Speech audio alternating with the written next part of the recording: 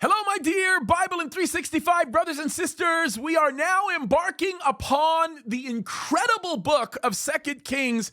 And folks, this is a good one. Now, I first want to just tell you this. I am so proud that you have made it this far. It's amazing that we are in the month of July, over half a year, and you are sticking with it. You are studying the word. You are learning it. This is great stuff. And I also want to simply say this. It's a reminder to you that I have all kinds of materials available for you for free on jamescadis.com, or you can go to the James Cadiz YouTube page. It's all available, or CalvaryChapelSignalHill.com. But the reason why we are doing these summaries this year is to show you highlighted areas of the text that you're studying that will help you become more familiar overall with the Bible as a whole. Now, what we did last year was we gave you really good summaries of each of the books, and you can go to last year's accounts of those summaries where you can get lots of great information. So with that said, we are in 2 Kings. Now, as I've explained this before, I actually think that 2 Kings should be named 4th Kings, and 1st and 2nd Samuel should be named 1st and 2nd Kings. 1st Kings should be named 3rd Kings, right? Sound confusing enough? I meant to do that. Anyway, as we get into what I like to call 4th Kings, which really is 2nd Kings, there is a lot of stuff to talk about. Now, this is very interesting because in the Bible, you will see many references to the chronicles of the kings of Israel, yet we do not have those books. We do have the books that refer to the chronicles of the kings of Judah. That is what we know as 1st and 2nd Chronicles, but we do not have the chronicles of the kings of Israel, which is why 2 Kings becomes so incredibly valuable, because 2 Kings gives us a very good account of the many gaps that are missing with respect to the documentation concerning who the northern kingdom kings were. And we have to pay attention to these things because they are really, really, really important. Now, remember, they all overlap each other in many ways because of the way that the accounts were written, and that is very good because it helps us to better familiarize ourselves with a few things. So these are the things I want you to be focusing on when you are in 2 Kings. First of all, spend some time in chapter 1 because Ahaziah is a very important king of Israel to be understanding, okay? So keep this in mind because remember, there's a huge relationship to Ahab here, and this becomes very, very important to know this, especially as it relates to Elijah, the prophet, okay? Then, of course, when we get into 2 Kings chapter 2, we learn the story of Elijah being taken up in a chariot of fire, and we learn about Elisha, okay? Now, Elisha's ministry is documented to us between 2 Kings chapter 2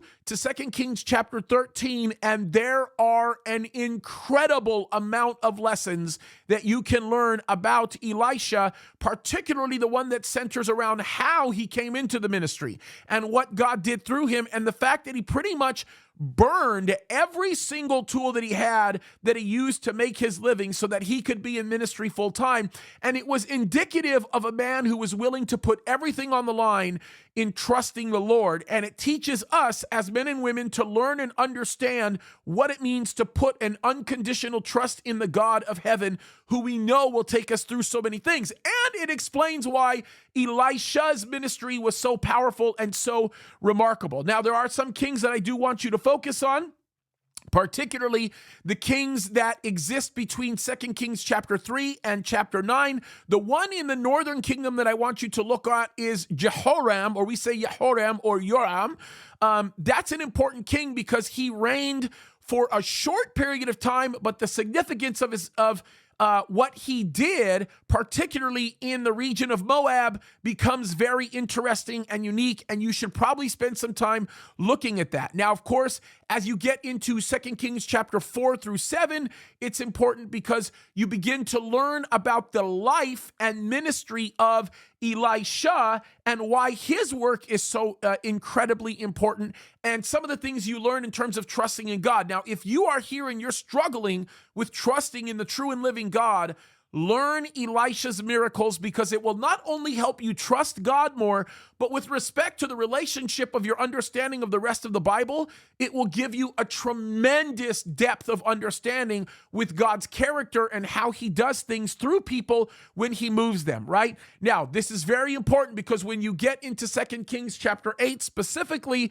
verses 1 through 15, you are going to learn about something unique that happens that a lot of people don't understand, but it's a good thing to look at, and that is when Elisha anoints a foreign king, basically, Hazael. And this is very important to understand because this becomes very significant, especially as it relates to a man by the name of Ben-Hadad. And you're going to want to understand this as it relates to Assyria, which will be another aspect of 2 Kings you're going to want to focus on. And Elisha's ministry had a big part to do with. As a matter of fact, one of Elisha's miracles was yet another raising from the dead that takes place in 2 Kings chapter 4 with the Shunammite son. And very, very interesting story that goes on there, something that you should probably focus on.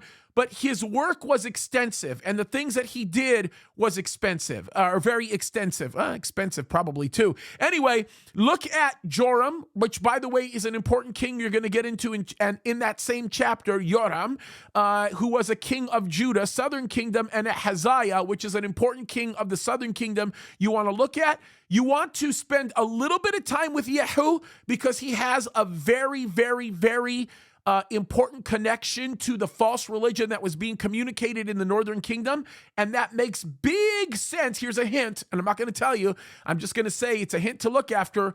Look into Har Megiddo, right? The mountain of Megiddo. It might open up some real understanding about end times geography in relationship to this king that I think will be very helpful to you, okay?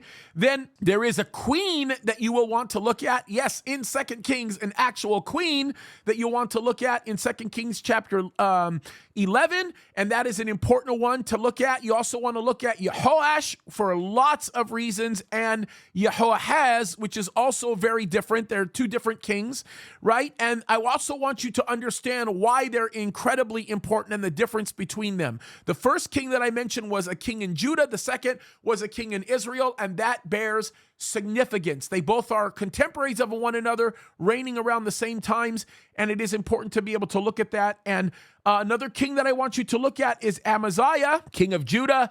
That is an important one. Focus on very important on Amaziah. In terms of the northern kingdoms, you want to look at Jeroboam the second, not to be confused with Jeroboam the first ruler of the northern kingdom.